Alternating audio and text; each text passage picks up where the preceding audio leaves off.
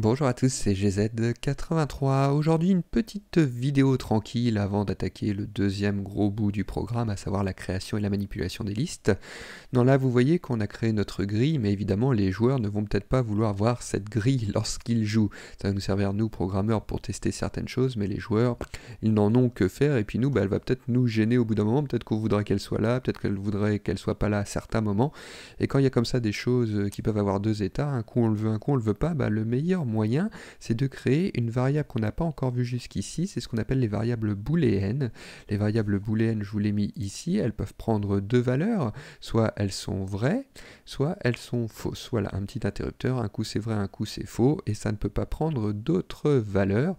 Notez que on peut remplacer que lorsque l'on veut tester la condition, si la valeur booléenne est vraie, on pourrait juste mettre si la valeur, comme ça, mais bon, on le reverra dans le programme.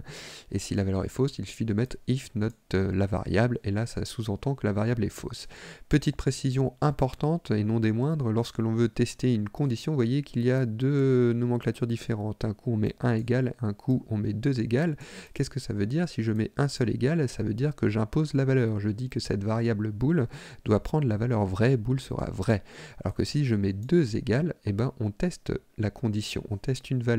Là, je ne dis pas que bool doit devenir vrai, je demande est-ce que bool est vrai, ce qui change complètement des choses et ce qui nuance pas mal le propos, mais on va le revoir tout de suite en codant ça ensemble. Alors du coup, c'est parti, on ouvre Zero One Studio, donc notre grille, on l'avait codée ici, et la première chose que l'on peut faire pour plus de lisibilité, comme ce code fonctionne, la grille, elle s'affiche, il n'y a pas de souci, et on va tout simplement déplacer ce code dans une fonction que nous allons appeler, comme ça nous sommes sûrs que par la suite, nous ne casserons pas le programme si nous venions à le modifier.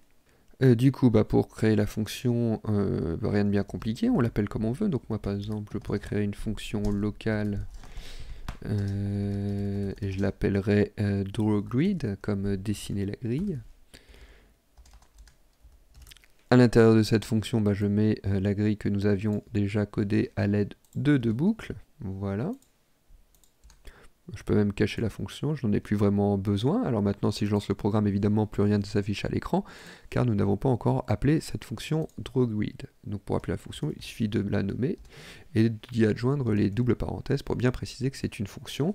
Là, on ne lui passe pas d'argument, donc ici, elle ne récupère pas d'argument, ça reste vide. Et une fois qu'elle est appelée, évidemment, hop, elle va exécuter la double boucle que nous avions codée précédemment. Alors on va lancer le programme. Voilà, et la grille maintenant apparaît comme avant, sauf que nous l'avons mis dans une fonction et donc c'est beaucoup plus lisible dans le love.draw. Alors pour créer une variable booléenne, il faut déjà la déclarer comme d'habitude. Du coup, je pourrais appeler cette variable, je vais la déclarer locale, et je vais l'appeler grid comme la grille. Et je vais dire que grid par définition est vrai au début. Voilà. Encore une fois, la valeur booléenne, elle peut prendre deux valeurs, soit elle est vraie, soit elle est fausse. Bon, au début, on va mettre qu'elle est vraie. Et maintenant, je vais tout simplement dire que si cette variable est vraie, ce qui est le cas au début, donc if si la variable grid est vraie, alors là je mets 2 égale car je teste la condition, j'appelle la fonction, et puis c'est tout. Je vous fais la démonstration, si je ne mets qu'un égal, donc je veux dire que grid doit prendre la variable vraie, il y a une sécurité, heureusement, il me dit c'est pas bon, il manque un égal. Ah, d'accord. Ok, et puis d'ailleurs il manque un zen ici, mais bon, vous l'auriez corrigé par vous-même. Donc si grid est vrai, alors drawGrid n. Et heureusement qu'il y a la sécurité, parce que sinon, si là je mettais que grid était fausse, et que j'écrivais ça comme ça, grid deviendrait vrai, je ne testerai même pas la condition. Donc évidemment, là il y a une sécurité, il n'est pas content. Donc là, je mets double égal, comme ça je teste bien la condition, et je dis que si grid est vrai, alors j'affiche la grid. Donc là, j'affiche la grid. Si cette variable était fausse, vous l'auriez compris, la condition si grid égale vrai n'est pas respectée, donc on saute cette ligne, la fonction drawGrid n'est pas appelée, et donc évidemment la grille ne s'affiche plus. Parfait, parfait. Alors maintenant, il suffit, c'est bien, mais on va pas s'amuser à mettre un coup c'est vrai, je veux afficher la grille, et un coup c'est faux, je ne veux plus afficher la grille. Ça va être un peu fastidieux. Du coup, il va falloir créer une interaction, et on peut très bien créer une interaction entre nous, le programmeur, et le programme, grâce par exemple à notre clavier. Alors pour ça, nous allons avoir besoin d'une nouvelle fonction que nous n'avons pas encore vue, qui s'appelle fonction love.keepRest. Sous-entendu, quand j'appuie sur mon clavier, il se passe quelque chose, comme c'est une fonction, j'ouvre les parenthèses, et il me dit qu'il faut que je recette un argument, le key constante, dans une variable, donc je peux l'appeler key, hein, peu importe, je l'appelle comme je veux.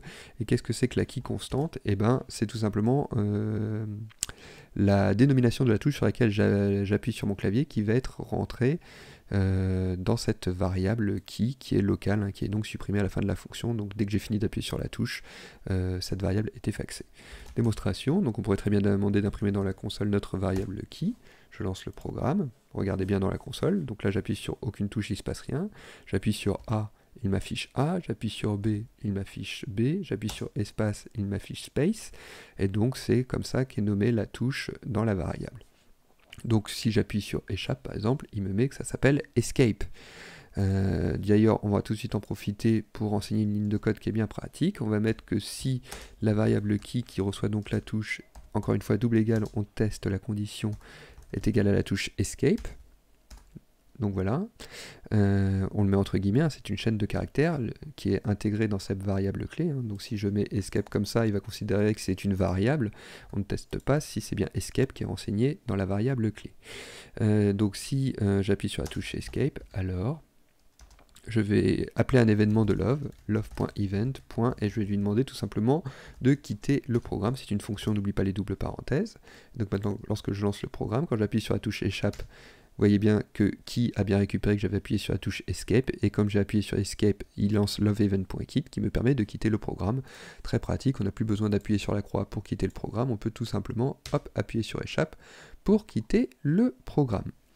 De la même manière, on pourrait dire que si j'appuie sur la touche G, comme grille par exemple, alors quoi, bah, je vais changer grid, je vais la switcher. Si elle était fausse, je vais dire qu'elle devienne vraie, et si elle était vraie, je vais dire qu'elle devienne fausse. Donc pour faire ça, bah, on va créer une autre condition, on va faire une double condition, une condition dans une condition. Donc maintenant je mets que si grid était vrai, alors grid deviendrait fausse, et cette fois j'impose la valeur, donc je ne mets plus double égal mais qu'un seul égal. Sinon, bah, vu que la valeur ne peut prendre que la variable grid ne peut prendre que deux valeurs, elle prend par si ça c'est pas respecté, on lui dit tout simplement de prendre l'autre possibilité, id égale true, et là j'ai créé mon interrupteur. Vous pouvez relire tranquillement le code chez vous, mais là c'est vraiment double interrupteur. Dans un cas comme dans l'autre, grid va changer. Démonstration. Qu'est-ce qui se passe? Oui, il manque un end ici. Donc là, j'ai créé ma première condition if qui se résout ici par ce end de là. Ma deuxième condition if qui se résout par ce end de là. Et une fonction qui se termine par ce end de ci. Donc moi j'aime bien sauter des lignes comme ça. On y voit un peu plus clair dans les blocs. On y va. Donc le programme se lance. J'appuie sur G. Hop. Grid devient vrai. La grille s'affiche. J'appuie sur G. Grid devient faux. La grille ne s'affiche plus. Alors, voyons voir, grid est fausse actuellement. J'appuie sur G.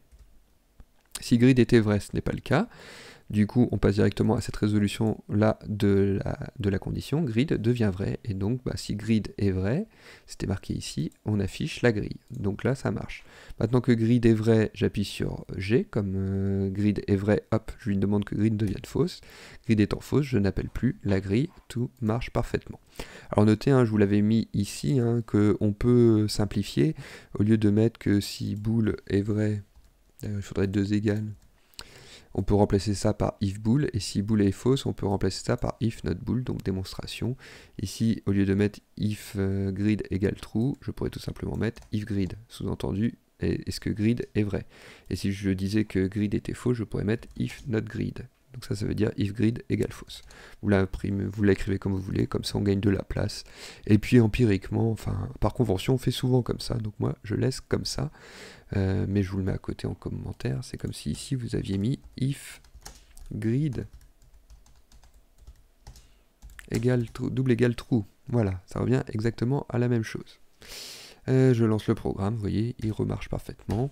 Et si je veux que la grille par défaut s'affiche dans mon programme, bah, cette variable elle est vraie par défaut au début, et donc là la grille s'affiche, mais à chaque fois que j'appuie sur le clavier, autant de fois que je veux, la grille apparaît ou disparaît. Voilà pour une petite vidéo qui introduisait les valeurs booléennes, et puis ben là à la prochaine on attaque le vif du sujet, on va créer notre serpent que nous allons mettre dans une liste. A très vite sur la chaîne, des bisous, bye bye.